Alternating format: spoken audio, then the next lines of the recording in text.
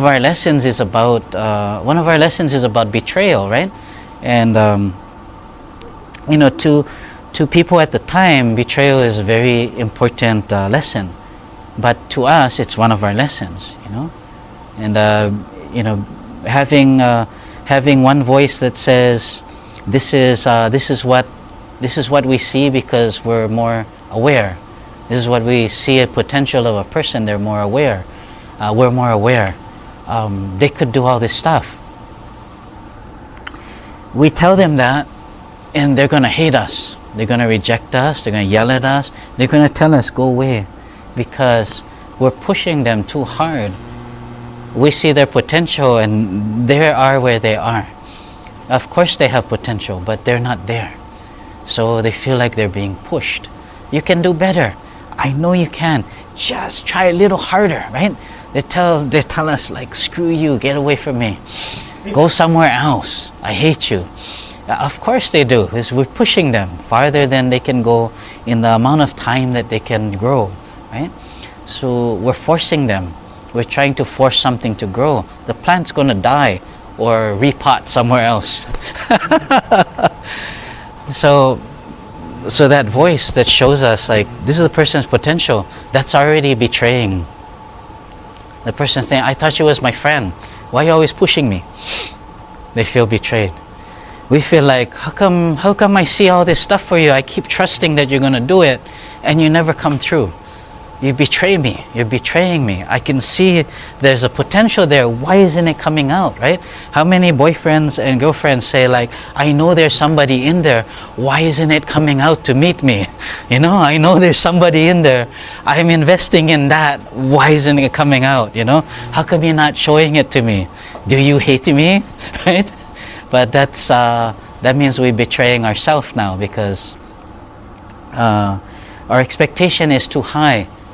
We're looking at what the person's capable of doing in their lifetime, and they're not capable of doing it now.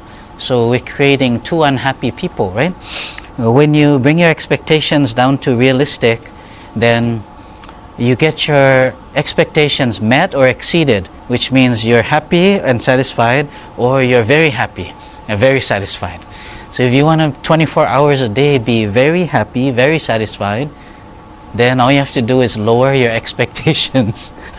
The second voice inside of your head shows the realistic, calibrated expectations. Yeah, this person has this potential, but right now they're capable of this.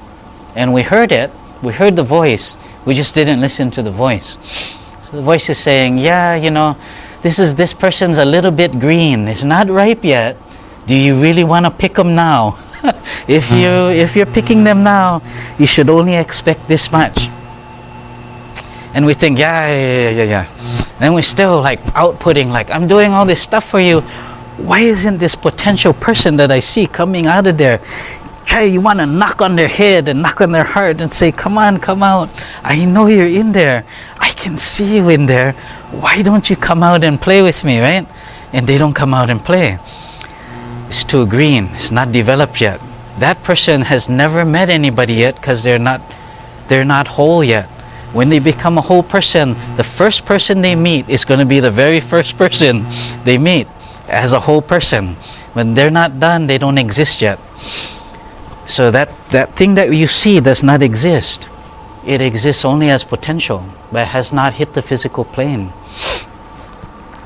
So the second voice, and us not listening to that second voice, is the second betrayal. That's the double betrayal.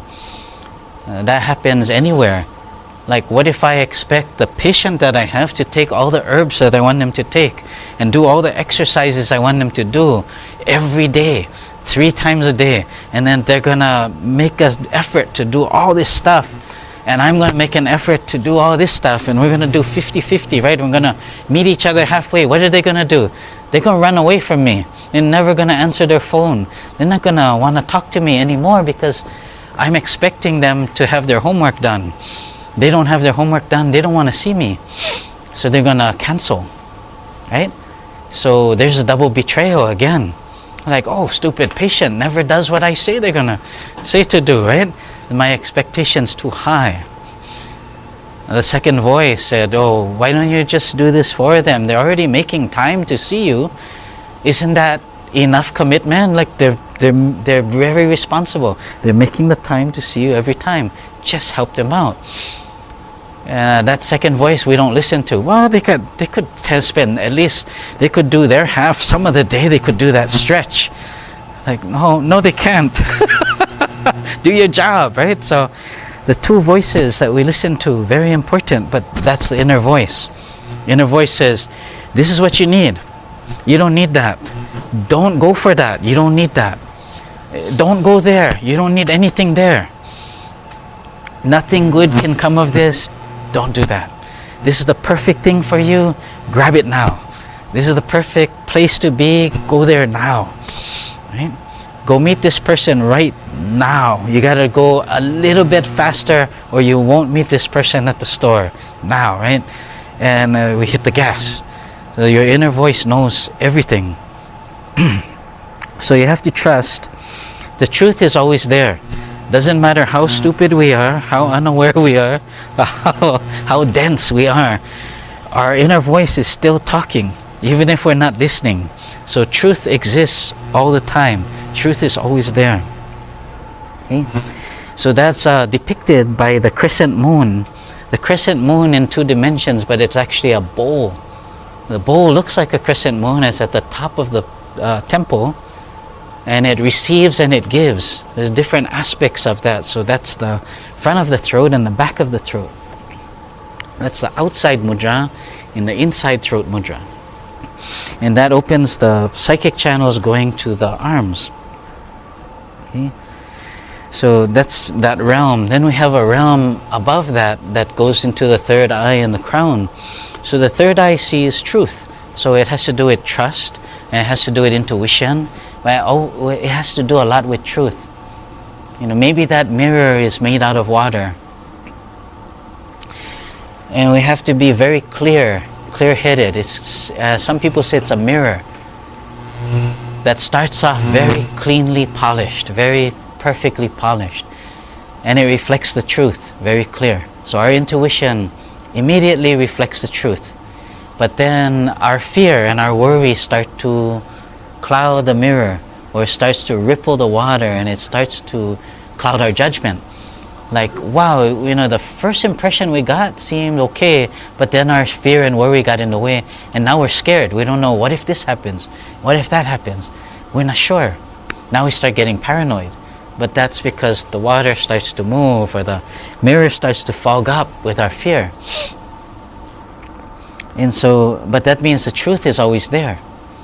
So you have to have some foothold, and the foothold is the truth is always there. But you have to start to take away the fear, and